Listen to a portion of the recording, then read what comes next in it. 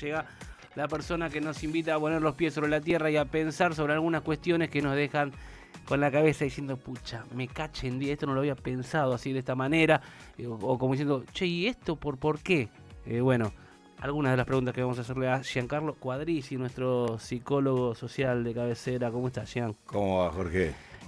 Bien, Qué fin de año mamita, no voy a mentirle a la gente, ya hace un rato que estamos charlando, ya sé por dónde viene el tema, y ahora vamos a invitar, por supuesto, a los oyentes a que tengan también un momento de reflexión, que suban un poco el volumen, porque vamos a hablar de algo de lo cual hasta el momento yo no tenía información, no estaba notificado de que esto estaba ocurriendo, Algo que iba a ocurrir. Que pasó como en silencio, digamos, ¿no? Así A mí, que, sinceramente, me llegó solo por un chat. Presentalo. Y nada, el 9 de diciembre, por decreto, se modifica la ley 26061, la ley de protección integral de derechos de niños, niñas, adolescentes y jóvenes, sobre un tema que entiendo que es bastante sensible, no por lo que dice en sí, que si uno pudiese tener una garantía de que las cosas son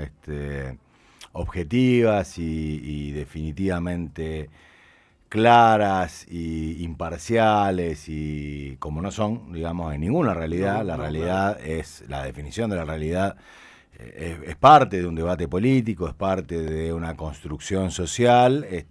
Y por supuesto que es subjetiva, hay tantas realidades como tantas miradas hay, ¿no? Exacto, entonces bueno, a veces esas realidades en disputa se consolidan a veces no, digo siempre, se consolidan en leyes, en reglamentos.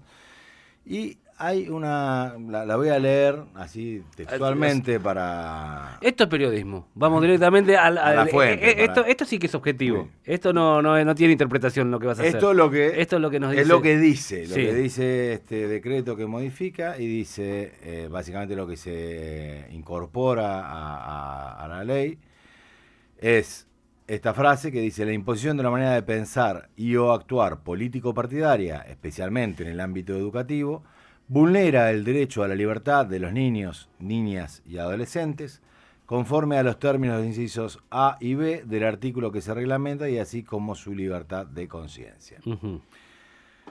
Bien, esto en consideración de derechos que están claramente reconocidos por la Convención de los Derechos del Niño, incorporados en la Constitución Nacional, como la libertad de opinión, de expresión, de información, la libertad de conciencia, derechos que son fundamentales y muy importantes a la hora de garantizar los derechos de los niños. Digamos, cuando nosotros decimos que no se puede garantizar los derechos de los niños sin los niños, niñas, claro, adolescentes y jóvenes, porque niño, recordémoslo, en la Convención de los Derechos del Niño es toda persona menor a 18 años, ¿no? Entonces digo, esto también incluye a adolescentes, adolescentes que votan, por ejemplo, adolescentes que a los 16 bueno resaltarlo años... eso. Bueno, otra de las cosas que uno no tenía votar, presente, ¿no? que entonces en la convención está claro que niños son incluso los que no superan los 18 años, están de dentro, y obviamente que hay subgrupos, ¿no? Obviamente, claro, pero de adolescente, pero 10, hasta 17 años, digamos, inclusive, o 18 para abajo, 18 inclusive,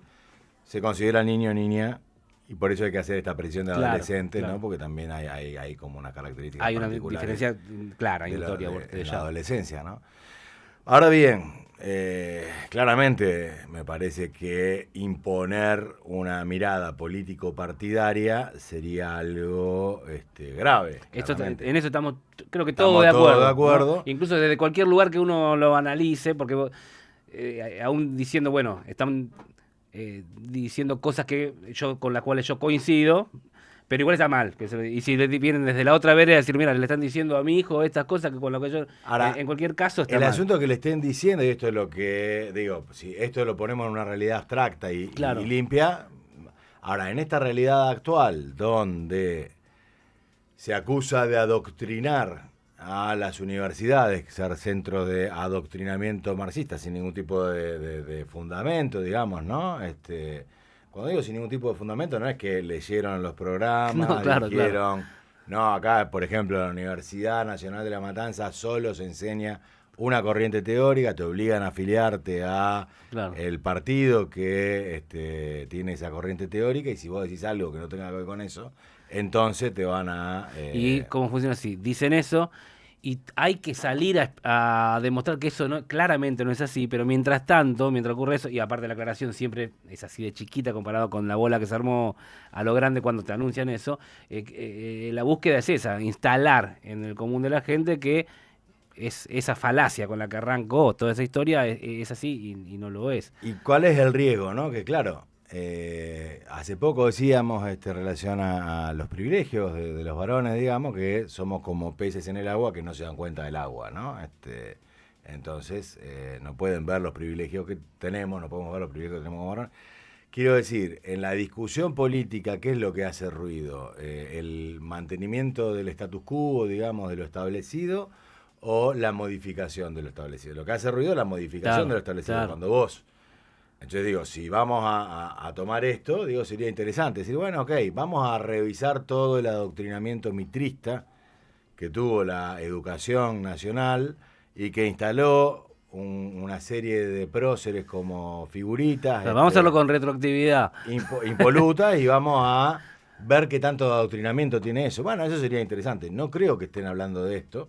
Claramente no están hablando de esto. Lo que están hablando es que cualquier cosa que tienda a politizar los problemas cotidianos, que es lo que nosotros entendemos que hay que hacer. Yo como psicólogo, como licenciado en psicología, especializado en psicología social, claramente me encuentro todo el tiempo en la disyuntiva. ¿Qué hacemos con un problema? Lo reducimos un problema social y político a un problema individual y psicológico, es decir, psicologizamos, por ejemplo, las ludopatías. O consideramos que las ludopatías tienen que ver con una dimensión política y que si vos favoreces algunas cosas y no favoreces otra, vamos a psicologizar el tema de las identidades genéricas, ¿no? Entonces decir, bueno, ok, si vos entonces querés hacer una transición de tu identidad de género a otra identidad de género, es un problema tuyo. Que se puede hacer psicologizar, de hecho, en algunos casos va a ser correcto, pero que no queda en nada si no se politiza, ¿no? Si no se le pone marco a esa cuestión. El asunto es psicologizar, está bien, pero digo, siempre y cuando no reduzcas a la dimensión psicológica a algo que es un problema político. Totalmente. Esto es lo que las feministas han dicho con tanta claridad, de que lo personal es político. Entonces, ante esta situación, en una situación de persecución macartista, que incluso reconocida con alegría por algunos funcionarios, esto estamos haciendo un macartismo de vuelta. Sí, y se golpean el pecho. En un contexto así, en un año que viene, que va a ser un año electoral, yo a lo que más temo es primero a la autocensura, a la cantidad de personas que van a decir, voy a hablar de educación sexual integral, o van a considerar que esto es adoctrinamiento porque se refiere a una ley que fue instalada por un gobierno de un signo político partidario contrario. Hay que ver cómo son las reuniones entre inspectores, directores y docentes previo al inicio de clase, como diciendo, miren que se modificó la ley, que no me acuerdo cuál es el número que dijiste. La ley de protección de derechos de niños. Y eso ya puede invitar a esto que vos decís, a la autocensura, porque ya te están poniendo en preaviso, mirá, se modificó esta ley, ¿y qué hago? ¿Y qué hago? Y me evito problemas. Me evito problemas porque además voy a tener por otro lado a una población quizás enardecida por estos discursos anti-adoctrinamiento, pero que son claramente adoctrinadores. Recuerdo el discurso del presidente en una escuela que se desmayó uno de los jóvenes. Sí. Claramente era un discurso político ese, con mucha fuerza política e incluso con utilización del lenguaje de odio, discursos de odio hacia las otras fuerzas políticas. O sea, de los discursos políticos los peorcitos. Obsceno también, ¿no? Obsceno, desubicado. Ahora, como ese discurso estaba puesto del lado de los poderosos, es probable que gran parte de la población no entienda eso como adoctrinamiento político partidario. ¿Sí? Y sí lo es. Y, bueno, claramente para mí tenía que ver con... Ahora, no llegaba a ser imposición, ¿por qué? Porque había posibilidad de que alguien diga otra cosa, ¿no? Sí. Entonces, digo, estamos ante un problema muy, muy sensible, muy, muy complejo. Perdón, vuelvo a ese ejemplo que dijiste. Alguien podía decir otra cosa, pero la disparidad en cuanto a poder era notable. Era notable, claro, sí. Estaba hablando del presidente, hablando con el preceptor. Claro, O con el docente o con el director, digo, ¿no? Sí. Entonces digo, esto es parte de la gravedad del asunto. ¿Qué discursos se van a tomar como discursos políticos partidarios, de qué manera se va a pensar que hay una imposición, de qué manera esto va a proteger, digamos, o cómo vamos a hacer para proteger los derechos que son los que se pretende proteger, que son los de la libertad de expresión, los de la libre conciencia. ¿Y quién lo va a determinar? Mi experiencia, y recuerdo la época del gobierno de Macri, yo he tenido la oportunidad en aquella época de trabajar activamente en el sistema educativo, a través de un programa de inclusión educativa, y en aquel momento algo que pasó fue que de la dirección, que provincial, en ese momento el gobierno provincial era opuesto al gobierno de Vidal, digamos, era opuesto al gobierno municipal en términos políticos, y por ejemplo sacaban directivas que no escribían en ningún lado, porque no eran legales, donde decían, se prohíbe el vínculo de cualquier autoridad provincial, es decir, educativa, directores, inspectores, con autoridades municipales. La legislación educativa indica con mucha claridad de que es importante que las políticas educativas se den en conexión con en articulación, digamos, con los inspectores municipales. Es parte de un esquema hasta elemental, ¿no? Digo, tenés que trabajar con salud y sí, evicción escolar lo tenés que hacer con salud. Sí. Y después vas al territorio que te toca y bueno, ahí obviamente que tenés que... En el municipio de La Matanza, además, donde hay como una serie de iniciativas educativas, aparte del municipio, muy importantes, etcétera, era imposible y además estaba determinado por la ley. Ahora, desde el gobierno... Necesario, fundamental, ¿cómo hace para que un joven que está en un barrio vaya a la escuela si no haces una trama una articulación en el barrio con los actores locales?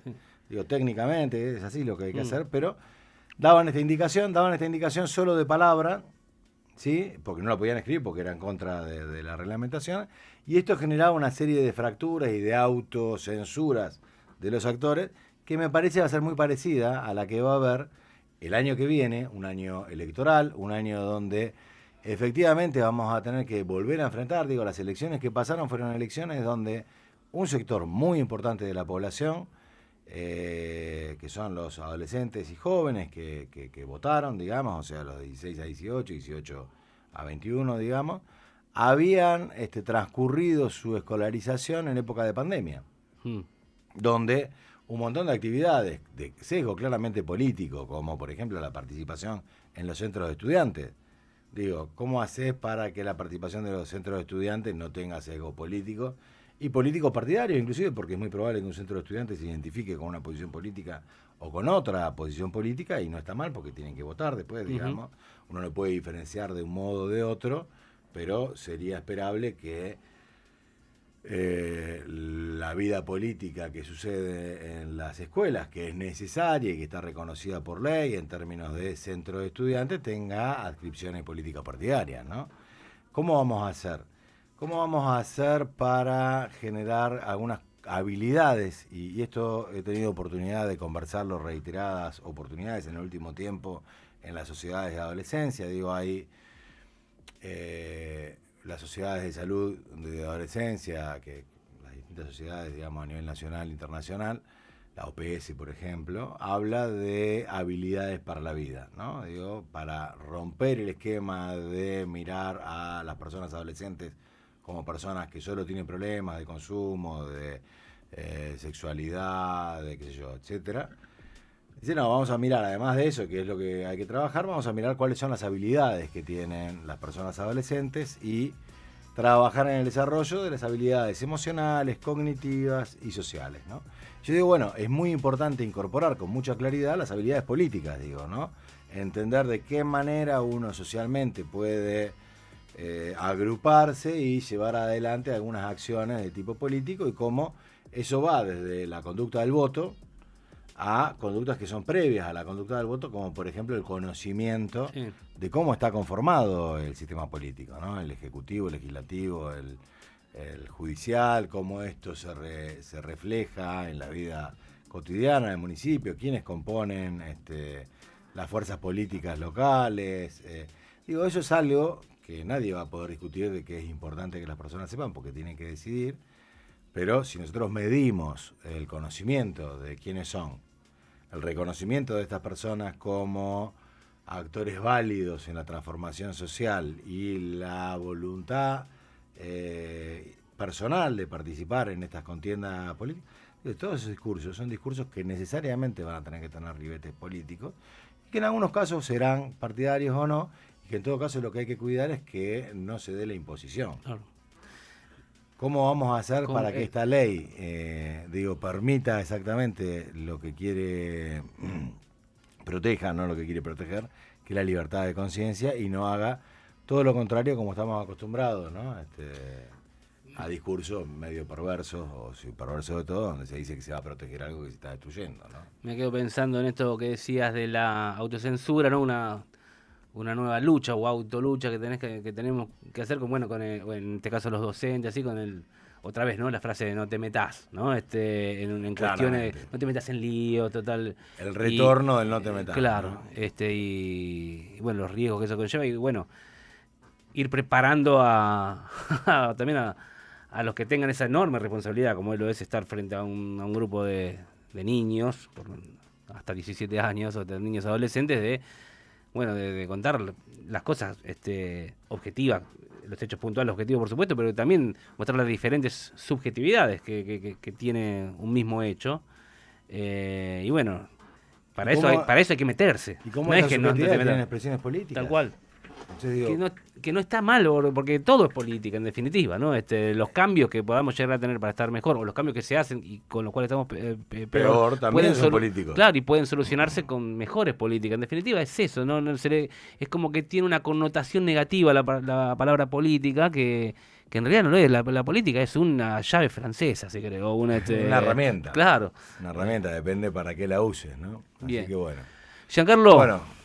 Un gusto. Gracias. Fue mano a mano esto y quedamos acá pensando.